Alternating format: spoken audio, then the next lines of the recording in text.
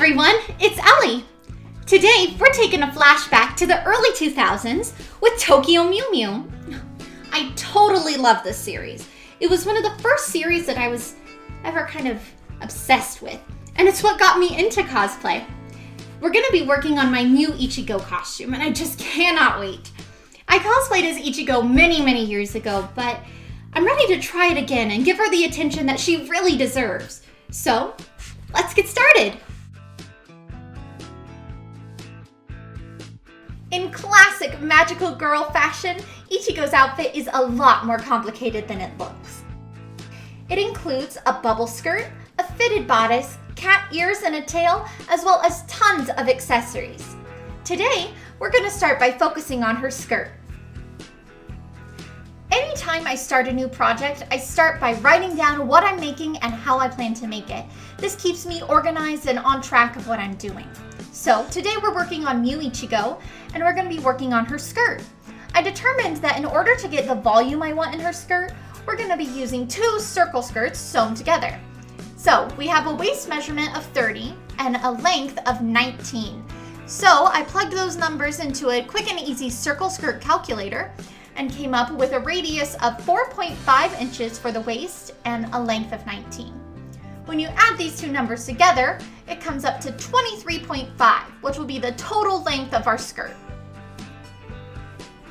We're also going to be using a lining, so we need to do some more calculations to figure out how to cut that. It's going to be a length of 13 inches, so I used the same calculator and came out with 4.5 again for the waist and 13 for the length, equaling a grand total of 19.5. So, let's go! What I'm doing here is laying out our fashion fabric so we can cut our circle skirts from it. I'm making so the fold to the end of my fabric will be about 24 inches, which is the total length we need for our skirt. Then I fold it on top of itself and use my tape measurer as a compass so I get a perfect circle. I'm marking it with a white pencil, and then we'll go through and cut that out. We're going to do that twice with our fashion fabric and then once more with our lining. Around here I realized that if I'm using two skirts, I don't need that much room in the waist, so I lowered that measurement by a little bit. Next, what I did was cut into my circle skirts. This way we have somewhere to sew them together and make it into one massive skirt. It's sewn together with just a simple straight stitch, quick and easy. Next, we're adding a gather stitch along the hem of our skirt. This is simply a straight stitch with the length set to the maximum. This way we can pull on the strings and it'll gather our material. I added 2 stitches, that way our gather doesn't twist and turn, but instead turns out nice and flat.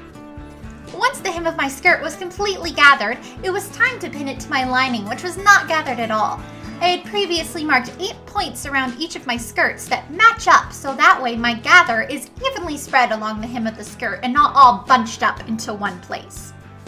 Once I had pinned the whole skirt, it was time to start sewing it together. This process is long and tedious. You have to go very slow to make sure that none of your gathers get bunched up or get sewn on incorrectly. Once I had sewn my skirts together, I went ahead and attached that seam to my lining. That way it wouldn't flop around or cause extra bulk along the hem of my skirt. In order to get the volume that I really want for Ichigo's skirt, I decided to put a petticoat in between the lining and the fashion layer. This way you can't see it from the outside, but it adds that volume. We're going to be taking apart this petticoat and adding it to my skirts. In afterthought, I realized it probably would have been easier for me to purchase tulle and make my own petticoat so I could really control the floof. But that's not what I did. Instead, I gathered this petticoat and added it to a piece of waist tape, which is simply cotton cut to the size of my waist. This way, when I gather all of my skirts, I have a good guideline to put them onto. So, I gather the fashion layer, and now I get to shove the petticoat in there. This really makes the skirt kind of a monster and a little bit unmanageable. You'll see me struggle with it quite a bit in the future. Now I can begin pinning the lining to my waist tape. Since the lining was made to be exactly my waist size, I don't have to worry about gathering it. I can simply pin it and stitch it into place. But you might notice that as I'm stitching this, I am wearing safety goggles, just because there's a lot of layers of fabric here and I don't want my sewing machine needle to break off and hit me in the eye. This was a trick I learned in the costume shop and I use it all the time.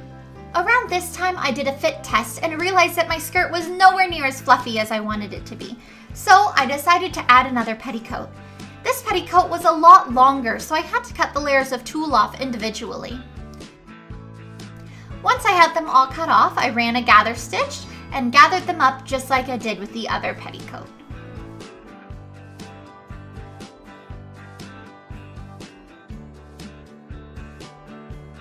Once my tulle was completely gathered, I was able to add it to my waist tape. I did this with a simple zigzag stitch, just like I did all the other layers on that waist tape. Once the petticoats were attached to my waist tape, it was time to start pinning on my fashion layer. This layer I had already gathered with 2 gather stitches, just like we did on the hem of the skirt, and was able to pin directly onto the waist tape. This took a bit of finicking to make sure that everything lined up correctly and there wasn't too much gather in one spot.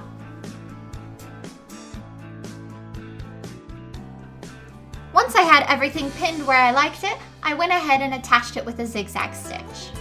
Now it's time for the zipper. I decided to use an invisible zipper for this project. Invisible zippers are great because if they're installed correctly, you don't see them at all, which is exactly what I wanted for this project. Once I stitched on one side, I was able to flip over the skirt and pin the other side and stitch that as well.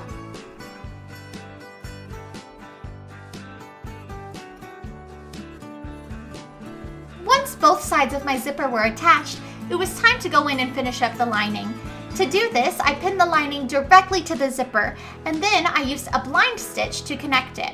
You could use a top stitch, but I didn't want to see any sort of seam lines or stitch marks on the outside of my skirt since it's supposed to be a magical skirt. And I just really like the way a blind stitch looks.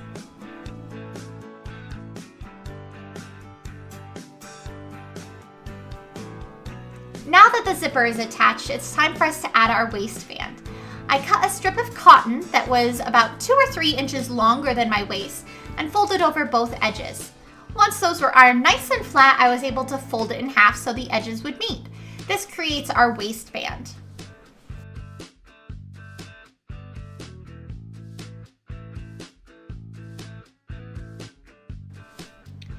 Now we can begin pinning our waistband to our skirt. This takes a lot of patience because it's really finicky with all of those layers. But once you have it pinned the way you like it, you can simply stitch it down with a straight stitch.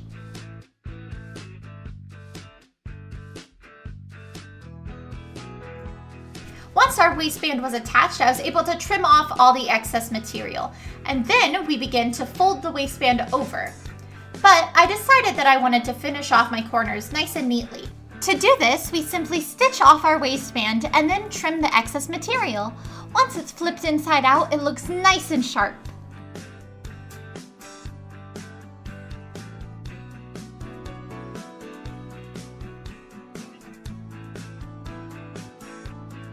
Now we can begin finishing our waistband. To do this, I'm using a method called stitch in the ditch. What you do is you pin the inside of your waistband to be a little bit lower than the outer edge, and then you stitch along the outer edge of your waistband. This method is commonly used because it's quick and easy. However, I'm not very good at it. I find that I get a lot of loose edges inside my waistband and it doesn't always look good. But I'm trying to perfect it. Ta-da! We're all done! Oh, I am so happy with the way this skirt came out. It is everything I ever wanted. It's totally swooshy and pink and has just the perfect amount of fluff to it. It's exactly like Ichigo's skirt. I think that that extra petticoat we added really works some magic, and I'm so glad we took the time to do it. I'm really proud of this project and glad that we have it finished. Next week, we're going to be working on the bodice for Ichigo, which is going to include lots of cool techniques like making your own patterns and corsetry and things like that. So I'm totally excited and I hope that you'll join me. But until then, make sure you keep sewing, stay patient, and have fun. So I'll see you next week. Bye!